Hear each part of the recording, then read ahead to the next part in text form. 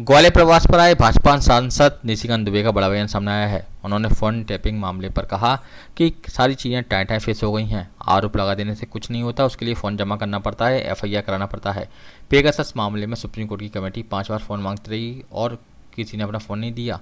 उन्होंने supreme court पर भरोसा नहीं है, सुप्रीम कोर्ट की कमेटी पर भरोसा नहीं है, जांच पर भरोसा नहीं है। आरोप लाकर आगे बढ़ने से काम नहीं चलेगा। अगर हिम्मत है, ताकत है तो अपने आप को संबंधित राज्यों में फ़ोन देने चाहिए।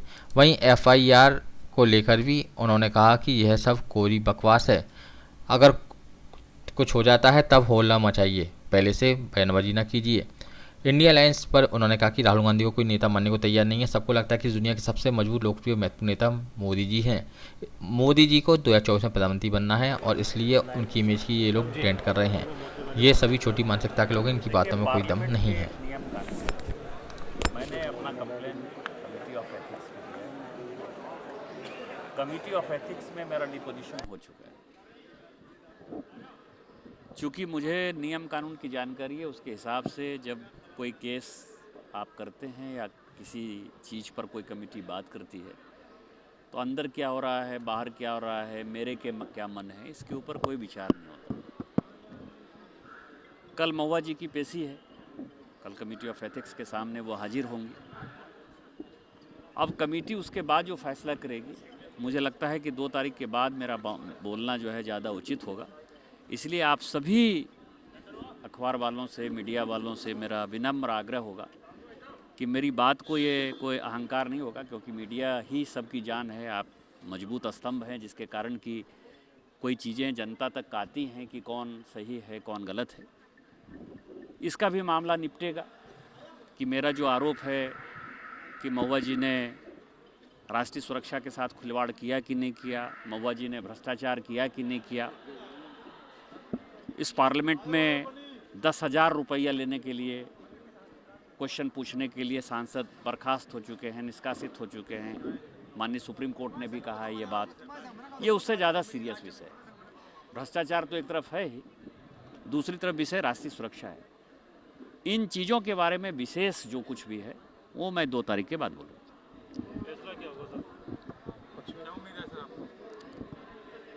कोई भी आदमी जब केस फाइल करता है तो वो अपनी जीत की ही कामना करता है। निश्चित तौर पर उसी तरह से मैं अपनी जीत की ही कामना कर रहा हूँ। फोन टेपिंग को लेकर भी लगातार मामले सामने आ रहे हैं। मुख्यमंत्री के पास फोन टेपिंग को लेकर राहुल गांधी ने भी सवाल उठाए। देखिए, इसके लिए कल सारी चीज़ें टाइम फिक्स हो गई। मान लीजिए मेरा फ़ोन टेप हो रहा है, तो फ़ोन टेप हो रहा है मेरे आरोप लगा देने से नहीं हो। उसके लिए मुझे अपना फ़ोन जो है जमा करना पड़ता है और एफआईआर करना पड़ता है। ये जितने लोग हैं उनको मैंने कहा, पेगासस का मामला जो है सुप्रीम कोर्ट में ये लोग गए। सुप्रीम कोर्ट ने एक मॉनिटरिंग कमेटी बनाई, जांच समिति बनाई। सुप्रीम कोर्ट की वो कमेटी, अब आप समझिए कि सुप्रीम कोर्ट की कमेटी 5 बार राहुल गांधी से फ़ोन मांगती रह गई और उन्होंने अपना फ़ोन नहीं दिया। उनको जब सुप्रीम कोर्ट पर भरोसा नहीं है, सुप्रीम कोर्ट की कमेटी के ऊपर भरोसा नहीं है, जांच में भरोसा नहीं है, तो ये नहीं है ना कि बस आपको मार दिए और आगे चल गए, आपके ऊपर आरोप लगा दिए चल गए। उसका यदि इन लोगों में हिम्मत है, ताकत है और इनको लगता है कि इनकी फ़ोन टेपिंग हो रही है, इनको अपने अपने संबंधित राज्यों में, कोई केरल के सांसद हैं तो केरल में एफआईआर करें। केरल में भारतीय जनता पार्टी की सरकार नहीं है, वो अपना फ़ोन दे दें। कोई बिहार के सांसद हैं, बिहार में हमारी सरकार नहीं है, वहाँ बिहार पुलिस को जो है वो हैंड ओवर कर दें। कोई दिल्ली है, दिल्ली पुलिस को जो है अपना हैंड ओवर कर दें। कोई बंगाल की सांसद हैं, बड़ी महत्वपूर्ण अपने आप को मानती हैं, बंगाल में हमारी सरकार नहीं है, बरसों से सरकार नहीं है, कभी सरकार नहीं रही है, आप वहाँ अपना फ़ोन दे दीजिए, एफआईआर कराइए, अपना फ़ोन दीजिए और यदि उसके बाद कुछ आता है तब उसके बाद हो हल्ला मचाइए। हैदराबाद से ओवैसी जी बोल रहे थे, तो हैदराबाद में भी हमारी सरकार नहीं है, आंध्रा में भी हमारी सरकार नहीं है। तो इन सबों से मेरा विनम्र आग्रह होगा कि आप अपना अपना फ़ोन दीजिए, जांच में शामिल होइए और जांच के बाद इसके बाद बताइए। ये सभी जो है गलत बयानी कर रहे हैं। क्या है, इंडिया अलायंस पूरा ख़त्म हो गया है, कोई राहुल गांधी को नेता मानने को तैयार नहीं है। सबको लगता है कि इस दुनिया के सबसे मजबूत नेता, सबसे लोकप्रिय नेता, सबसे महत्वपूर्ण नेता माननीय मोदी जी हैं, जिनको कि पूरी दुनिया जो है प्यार करती है और भारत की दुनिया तो चाहती है, जनता चाहती है। तो अगली बार 2024 में माननीय मोदी जी को प्रधानमंत्री बनना है। तो माननीय प्रधानमंत्री जी के इमेज को कैसे डेंट करना है, तो नहीं होता है छोटा सा जो है हमने आपको छुआ दिया, एक कांटा छुआ दिया लगा के हमने बहुत बड़ा काम कर दिया।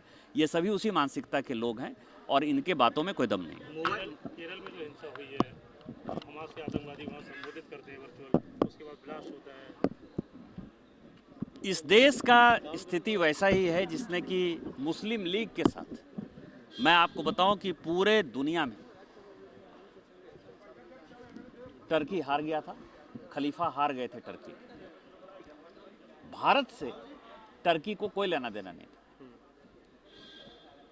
हमारा कोई मतलब नहीं था। हमारे यहाँ जो है ब्रिटिश शासन हमारे ऊपर जो है राज कर रहा था।